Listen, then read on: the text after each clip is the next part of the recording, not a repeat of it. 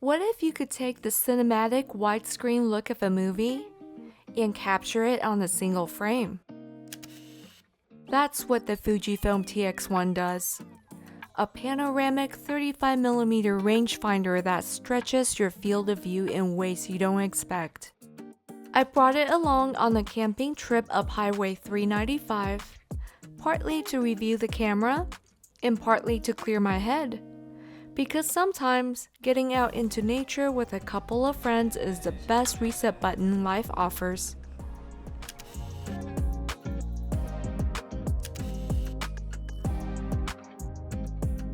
This wasn't just a spontaneous getaway, it was a full-on creator road trip.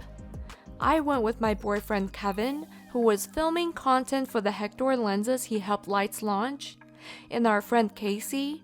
You probably know him as GX Ace, who was working on content for the new Hasselblad X2D2. So basically, 3 camera nerds, 2 cars, an unnecessary amount of gear, absolutely too many batteries, and way too many snacks. Mostly mine. It was chaotic, funny, and exactly what all of us needed.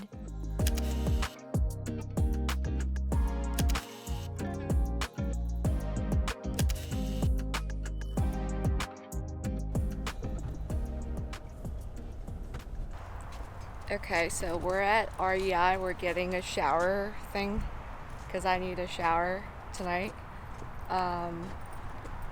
because it's gonna be really hot and we don't want to be nasty and sweaty when we sleep inside our sleeping bag.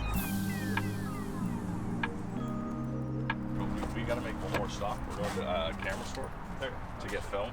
We need to get new cameras for the trip. So we'll charge them on the way up. I mean, I might buy. What? This guy. I can't be helped in the camera store. Okay, maybe you don't need to go in. I want to go You in. can wait I'm outside. gonna send you the address just in case we get Okay. separated.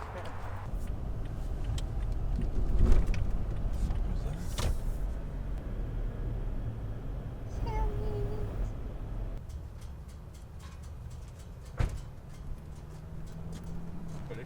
Yep. And so here we are at Sammy Santa Ana. I came here for a couple of rolls of Portra 160 for the TX1. But you know how it goes. 3 camera nerds walk into a camera store right before a road trip. Absolutely nothing goes according to plan.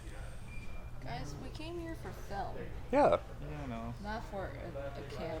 And a lens. What? We have an 8 element. Are you serious?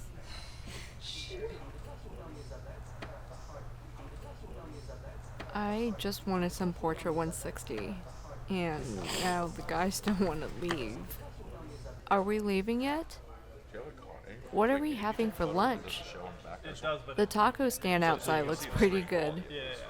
My butt itches. Yeah, I know. If you genuinely I do, bought it, yeah. I wouldn't even hesitate. Okay. Like if I was you and I was looking to it, I would find it in 2 seconds.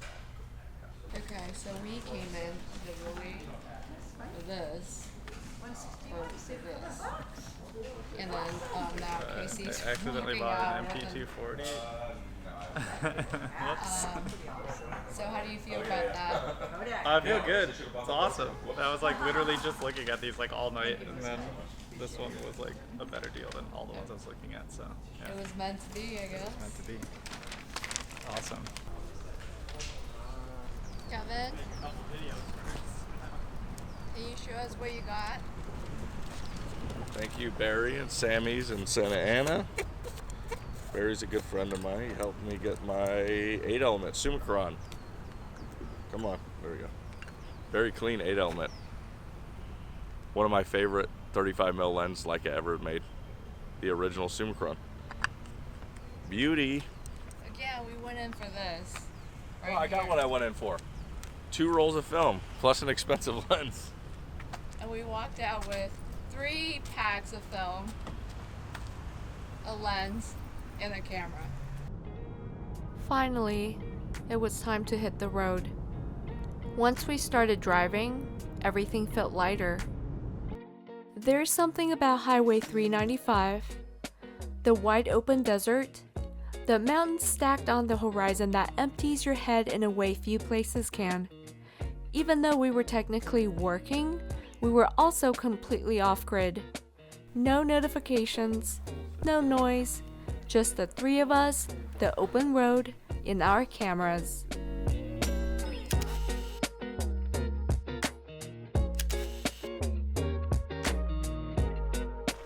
Trips like this remind me why I fell in love with photography. It teaches you to slow down, to observe, to actually be where you are.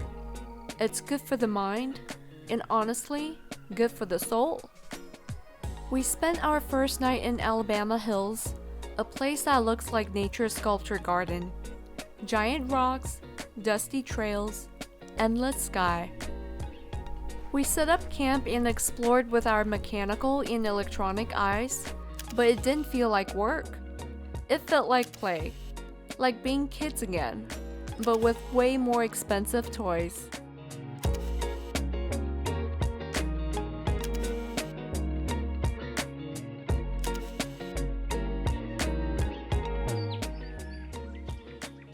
After a quick breakfast in Lone Pine, we got back on the road. Our first stop of the day was Manzanar. For those unfamiliar, Manzanar is a National Historic Site, one of 10 camps where over 110,000 Japanese Americans were incarcerated during World War II. Today, it stands as a memorial, preserving the stories of those families and the hardships they endured. Even in the bright summer sun, the place feels quiet, reflective. The mountains rise behind the monument like silent witnesses to history. Standing there, you can feel the weight of what happened and the resilience of the people who lived through it. Okay, it is about 10:30 right now and it's super bright, and there's Kevin. Casey's right there. I am shooting my XPan. I have T-Max 100 loaded with a yellow filter on the camera. Don't know if you could see it. It's just so bright that I don't know if it would look nice with Portra 160 or even Ektar. So I think I am going to play with the shadows and with my yellow filter. Hopefully it will make the scenes look slightly more dramatic and more contrasty. The shots turned out surprisingly well. The panoramic frame made the mountains feel unreal, almost painted on. It's a solemn place, but the TX1 captured both the gravity and the beauty of the landscape. Alright, let's talk about this compact panoramic camera, the Fujifilm TX1. Some of you may know it by its twin name, the Hasselblad XPan. Both are the same camera mechanically, except the Fuji version was released only in Japan. And yes, I picked it because it's titanium and shiny. I admit it, I'm shallow. I like pretty things.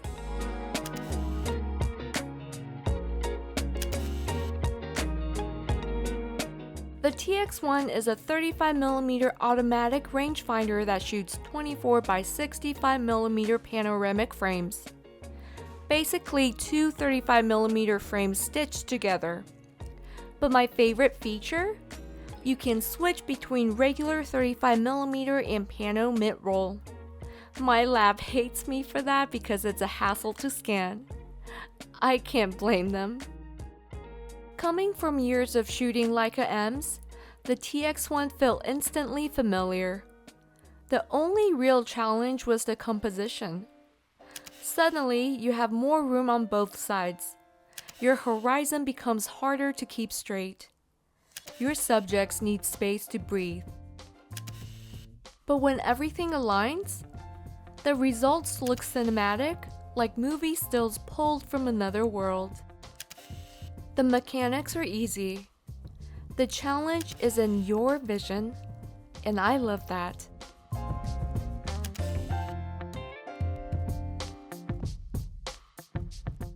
Mono Lake is one of those places that feels suspended in time. Quiet, still, a little otherworldly. While wandering through the trees, we spotted a lone deer eating in the shade. Completely calm, a little curious. I raised the TX1, realized I had slow film loaded, held my breath, and hoped for the best. One shot, and the deer bolted. I didn't even have time for a safety shot. Thankfully, the shot turned out. The panoramic frame didn't just capture the deer, it captured the stillness of the woods, the air, the space around it. That's what I love about this camera. It photographs atmosphere as much as it photographs subjects. For me, the Fujifilm TX1 isn't just a camera. It's a reminder. A reminder that sometimes the only way to see differently is to go somewhere different. To step back. To breathe. To let the world be big again. This trip wasn't about gear, even though we made it look like a gear trip. It was about being together. About laughing. About watching the sun disappear behind the mountains. About remembering that there's a whole world outside of our screens and routines. One that keeps going, quietly, beautifully, whether we pay attention or not. So if you've been feeling overwhelmed, or stuck, or just tired of the noise, take this as a gentle nudge. Take a drive, grab a friend, or go alone. Bring a camera if you want, or don't. Go somewhere quiet, somewhere wide, somewhere you can hear your own thoughts again. Because sometimes, the best thing you can do for your mind is to unplug, step outside, and let the world remind you how beautiful it still is.